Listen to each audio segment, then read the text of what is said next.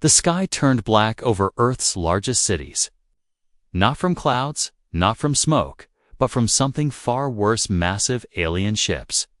They floated silently above the skyscrapers, stretching miles across the sky. No sound, no warning, just darkness and fear. People ran out of buildings and looked up, their faces pale. Phones stopped working. Planes dropped from the sky. Power grids failed, all around the world. Chaos exploded in seconds, and then came the voice, deep and clear. Not from speakers, but inside every human's mind. "We are the Varnics," the voice said. "We are your new rulers. You will not fight," it continued. "You will not survive." The message ended. But the silence that followed was worse than any sound. The world leaders tried to speak to them, but the Varnics didn't reply.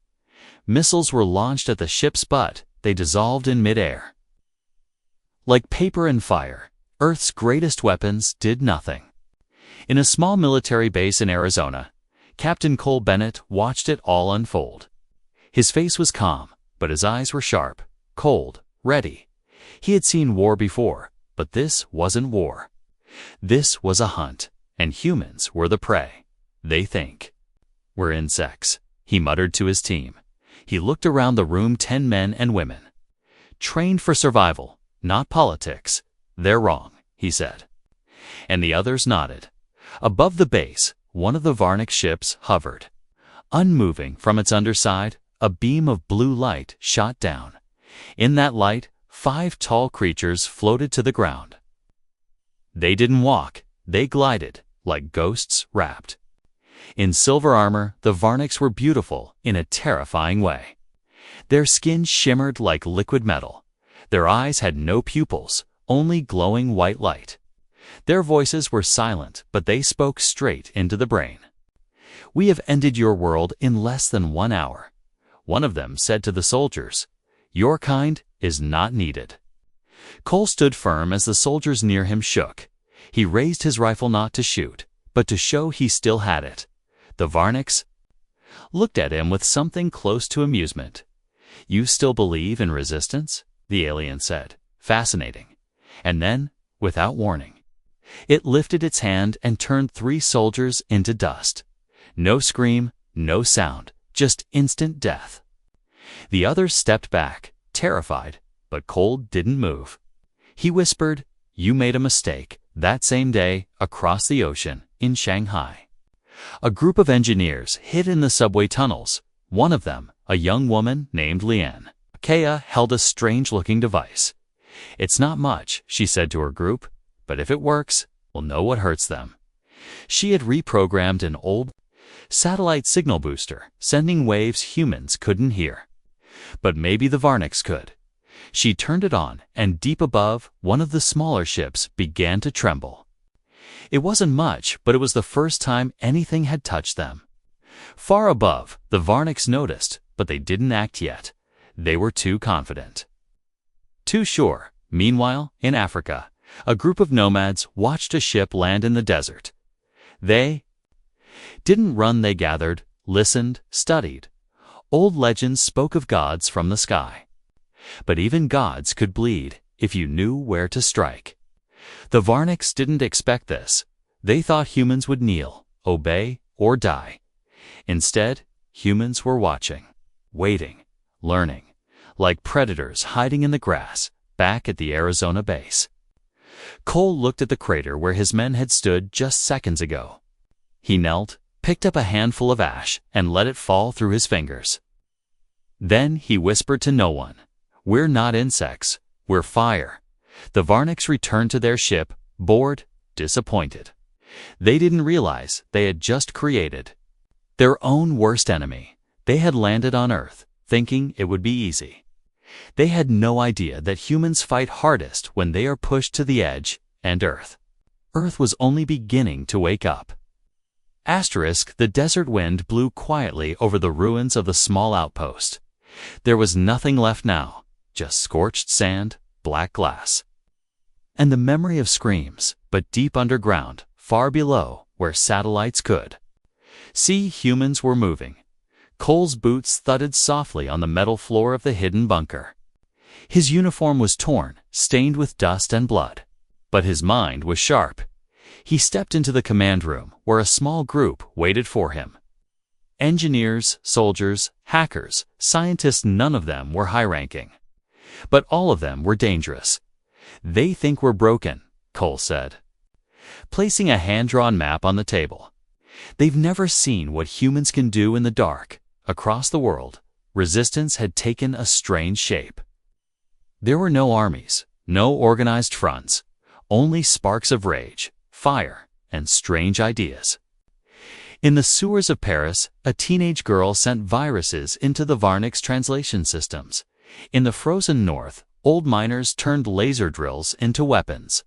The Varnix were efficient, too efficient. They came from a place where time did not matter, where mistakes were erased over centuries. They didn't know how to fight chaos. And Earth was full of chaos. A Varnix squad landed near the forests of Ukraine, hunting what they thought was a small rebel group. They didn't return. Weeks later, their armor was found hanging from the trees, cut open with rusted blades and human tools. They had immortality, but humans had fury and desperation. Cole knew this wasn't enough. Killing one or two wasn't victory.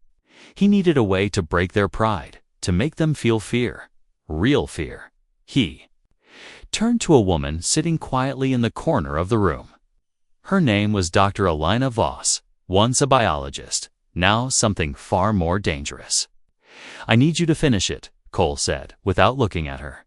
She nodded, her fingers moving over the strange alien tech fused with human wires. "We're close," she whispered. "We just need one of them alive." Cole didn't smile, but something in his eyes lit up. That night, under the black sky, a team of 10. 6 humans crawled through the ruins of an abandoned hospital in Denver. Above them floated a Varnix scout, scanning the wreckage with glowing tendrils. It was alone, perfect for what they had planned. The trap was simple, brutal, and fast. It took less than 30 seconds. A fake distress signal, a burst of sound from the modified speaker, and then a net made from recycled starship wiring. The Varnix thrashed and screamed in silence, no sound. Just violent mental pulses, but the net held, and they dragged it underground. Back at the bunker, Elena stood over the creature, her hands shaking not from fear but excitement. She had waited for this moment for weeks, a chance to study what made them so sure they could never die. Hours passed, then days. The Varnix was silent at first, sending mental commands into the air. But nothing responded. It began to panic. Though it didn't show it, immortals do not understand being ignored. Cole watched the monitor, showing brainwaves pulsing wildly now. "Even gods fear the cage," he said quietly. Then came the breakthrough. Elena injected it with a compound made from human stem cells and something even darker extracted from the alien's own tissue.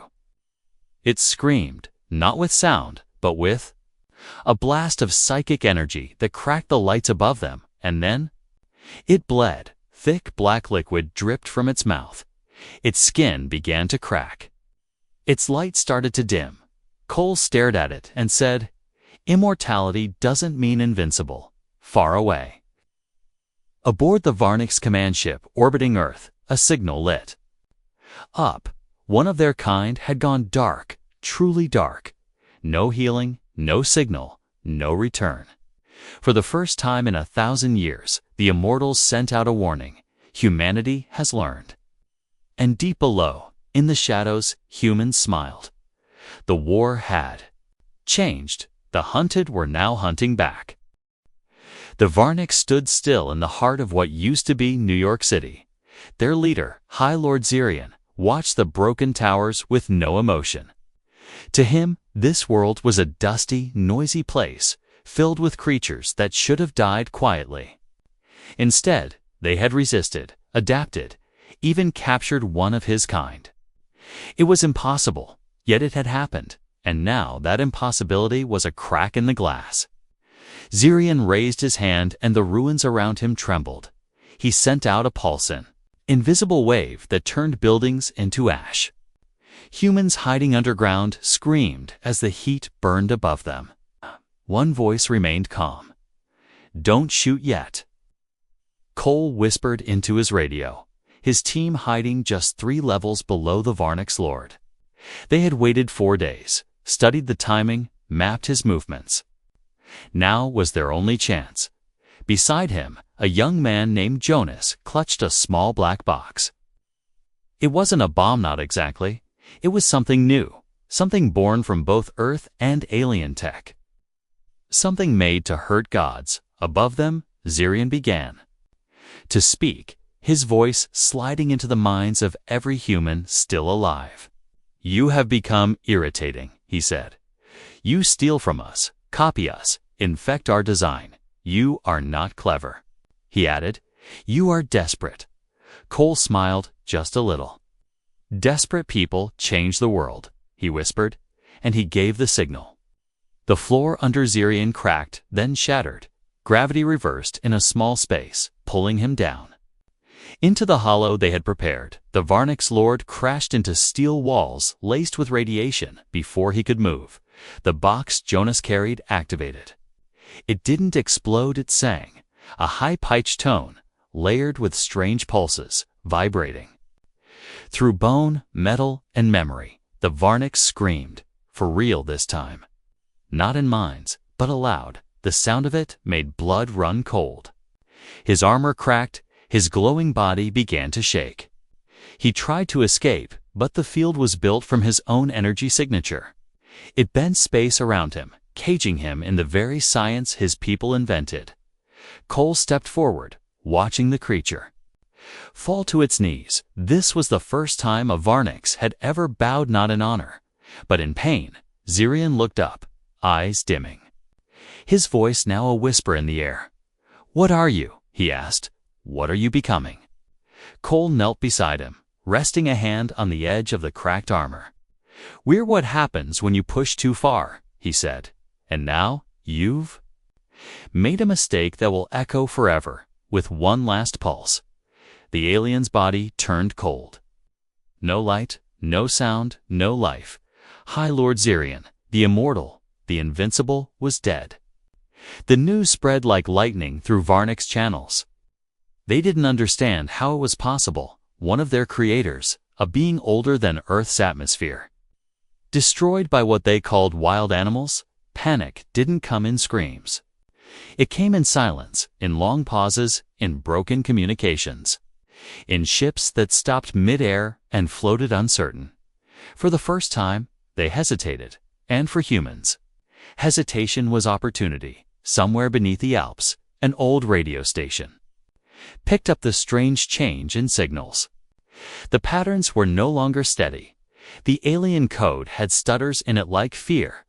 Dr. Alina Voss laughed when she saw the data. "We cracked their spirit," she whispered. "They're scared." Cole returned to base quietly. No cheering, no celebration. He sat alone for a moment, remembering the faces of those who died in the first wave. Then he looked up at the stars. They came thinking they'd live forever. He said, "But forever ends today." Snow fell gently over the mountains of northern Europe. The ruins of an old NATO base lay buried beneath the white silence. To the world, it was forgotten, erased, sealed after a Cold War incident. No one dared to explain. But now, someone had broken the seal. Cole stepped into the darkness. Flashlight beam cutting through decades of dust. The walls were cracked, wires dangled from above, and frost clung to every metal surface. Behind him, Dr. Alina Voss walked slowly, holding a device that beeped with every step. "Something's alive down here," she said, "but it's not human." They moved deeper, passing sealed doors marked with warnings in 10 languages. Radiation signs, biohazard labels, old human fear mixed with new alien threats. Alina stopped in front of a heavy blast door, "It's behind this," she whispered. "And it's awake." Cole nodded, gave the signal, and 2 soldiers moved forward to open it. Steam hissed out, and a soft blue light spilled into the hallway.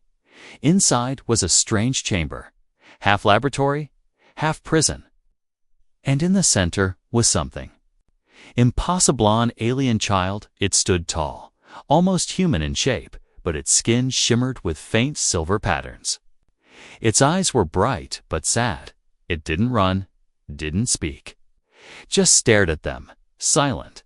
Alina stepped forward slowly, her voice calm. "We're not here to hurt you." She said, "Are you one of them?" The child blinked once, then spoke not. Aloud, but into their minds, "No," it said. "I was left behind." They learned its name was Lyra. She had been born from a failed experiment. The Varnics once tried to merge their DNA with adaptable species. They wanted to create something stronger, smarter, something new. But when Lyra showed signs of empathy, they locked her away. Alina sat beside her, heart pounding. "You know their biology?" She asked. "Their limits, their weaknesses?" Lyra nodded slowly. "I can help you hurt them," she said. "But I want something in return." Cole raised an eyebrow. "What?" he asked. "What do you want?" Lyra looked up at the cracked ceiling, her voice soft. "I want a home outside the lab." The wind howled louder. As if the world sensed what was happening inside, Lyra gave them data, drawings, patterns of energy the Varnics feared. She showed Alina how their regenerative systems worked on how to stop them. It wasn't about destroying the body, she explained. It was about silencing the echo their minds used to return to life. Deep in the lab's storage room, they found an old prototype from a Cold War project. It wasn't a weapon, it was a frequency device made to block psychic transmissions. Back then, humans didn't understand what it could do. But now, with Lyra's help, they rewired it to cut off the Varnics' resurrection process. Meanwhile, far above Earth, the Varnics' command was fracturing. Some leaders wanted to leave. Others demanded complete extermination of the human race. Their pride was breaking, and fear was seeping into every command. The word Xerion was now a curse. They didn't say his name anymore. They feared that memory gave humans power. Cole stood outside the mountain base as the signal test began. A drone flew over a captured Varnics scout, releasing the new frequency. For a moment, nothing happened. Then the creature dropped, not in pain, but in silence. Its light faded, and this time there was no spark, no recovery, no return. The team watched in silence, the weight of what they had just done sinking in. Cole turned to Lyra, who stood beside him, face unreadable. "Are you sure you want to do this?" he asked. She nodded once. "I was born from them." She said, "But I choose you." Far away, the stars began to move. The Varnics were preparing something large. They were quiet now, but not for long. And the humans, once hunted and broken, were now preparing something of their own. A storm was coming, and this time, Earth would strike first. The sky over the Pacific burned red, not from sunset, but from fire, metal, and falling gods. A massive Varnics dreadnought the size of a floating city had hovered for weeks above the ocean, watching, listening, sending out pulses across the sea. It was meant to be a symbol of fear, a reminder of Earth's defeat. Instead, it became the symbol of their greatest mistake. From the coast of New Zealand, a quiet team of engineers activated something humans had no right to control: a storm generator, once designed for climate correction. Now repurposed with Varnics tech, the clouds twisted unnaturally, pulling in energy from deep within the ocean. Waves rose like mountains. Lightning stabbed down in perfect lines. Not random, not natural. This storm had a target: the dreadnoughts. Shields shimmered as the first strike hit, then another and another inside the ship. The Varnics commanders began to recalculate, but their math didn't account for rage. Cole stood on a cliffside, wind in his face, eyes locked on the floating Titan behind him. Lyra adjusted the final sequence on a signal amplifier. "They'll try to escape," she said. Cole shook his head. "No," he replied, "they'll try to understand." A final surge hit the underside of the ship, ripping through its core. For the first time in Varnic's history, one of their dreadnoughts collapsed, not from space battle, not from sabotage, but from Earth itself. Nature, twisted by human hands, had turned into a weapon. The fire lit up the night for miles. The pieces fell like meteors, crashing into the waves and sending shock across every continent. But what mattered more was what came next. A human satellite, long offline, had been reactivated for this very moment. As the wreckage sank, it sent a message across all open Varnic's frequencies. 3 simple words: "We see you on the other side of the planet."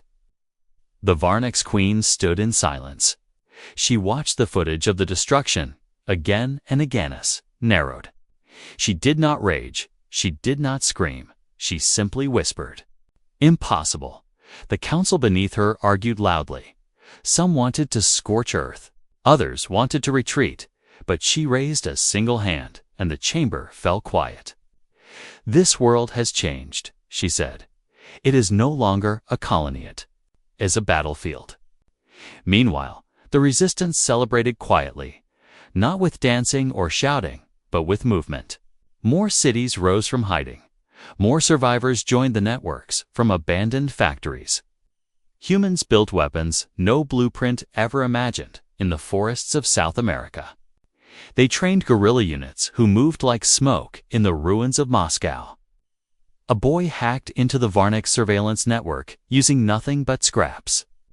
In the silence of Antarctica, scientists tested a new energy that reversed gravity around Varnic's ships.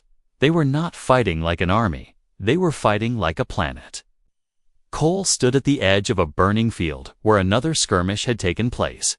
He picked up a shard of Varnic's armor. Still glowing with energy, he turned to Alina, who walked beside him, exhausted but alive. "They thought we were soft," he said. "They thought we'd kneel." She didn't answer. She didn't have to, because above them, across the night sky, the stars were shifting again. And this time, it was not the Varnics arriving. It was their queen. Asterisk, the stars blinked cold above the ruined city of Tokyo. A dark shadow cut through the sky, a ship unlike any before. It was the queen's personal vessel, a ghost from another age, silent, deadly, and filled with power no human had ever seen. Inside, the Varnic's queen, named Cerelia, stood tall. Her eyes glowed with ancient light. Her silver hair flowed like liquid metal. She was the living symbol of immortality, the ruler who had never known defeat. But now, as the Earth signals flooded her ship, something inside her shifted. She spoke to her general's voice, cold and sharp. "They will kneel," she said, "or they will burn." But as her ship touched down on the cracked streets, she felt a weight she had never felt before. Uncertainty. Cole waited in the shadows, watching the great door of the Queen's ship open. His team was ready, their weapons humming softly. In the dark, he knew this battle was different. The Queen was not like the others. Cerelia stepped onto the ground, her presence bending the air. She looked at the broken humans before her and smiled. "You are beneath me," she said, her voice echoing like thunder. "And yet, here you stand." A sudden burst of light exploded from the shadows. Lyra led the attack, her alien energy swirling with human fire. The Queen moved fast, faster than any had expected. But this time, her body betrayed her. A jagged wound appeared on her arm. Glowing black and burning like acid, she hissed in surprise. Her healing powers slowed, faltered. The humans had found her weakness. They fought not just with weapons, but with knowledge, stolen from her own kind. Cerelia roared, a sound that shook the earth and sky. She called down her guards, but they came too late. One by one, they fell to the combined fury of humans and the defectors' strange powers. Cole faced the Queen, rifle steady, eyes cold. "You are not immortal here," he said. She laughed, but it was hollow. "Immortality is a curse as much as a gift," she whispered, pain flashing in her eyes. The battle raged through the night. Fire and light tearing the city apart. In the end, the Queen was wounded, blood dark and strange staining the ground. She retreated to her ship, but something had changed forever. The legend of the Varniks was broken. Alina approached the battlefield. "Scanning the wounds, we did it," she said softly. "We made them bleed." But Cole shook his head. "This is just the beginning," he warned. "They will come back." Stronger, far above Earth, the Queen's ship lifted into the stars. But her gaze stayed fixed on the world below. She swore to return, and this time humanity would not be ready. The stars above Earth flickered as if holding their breath.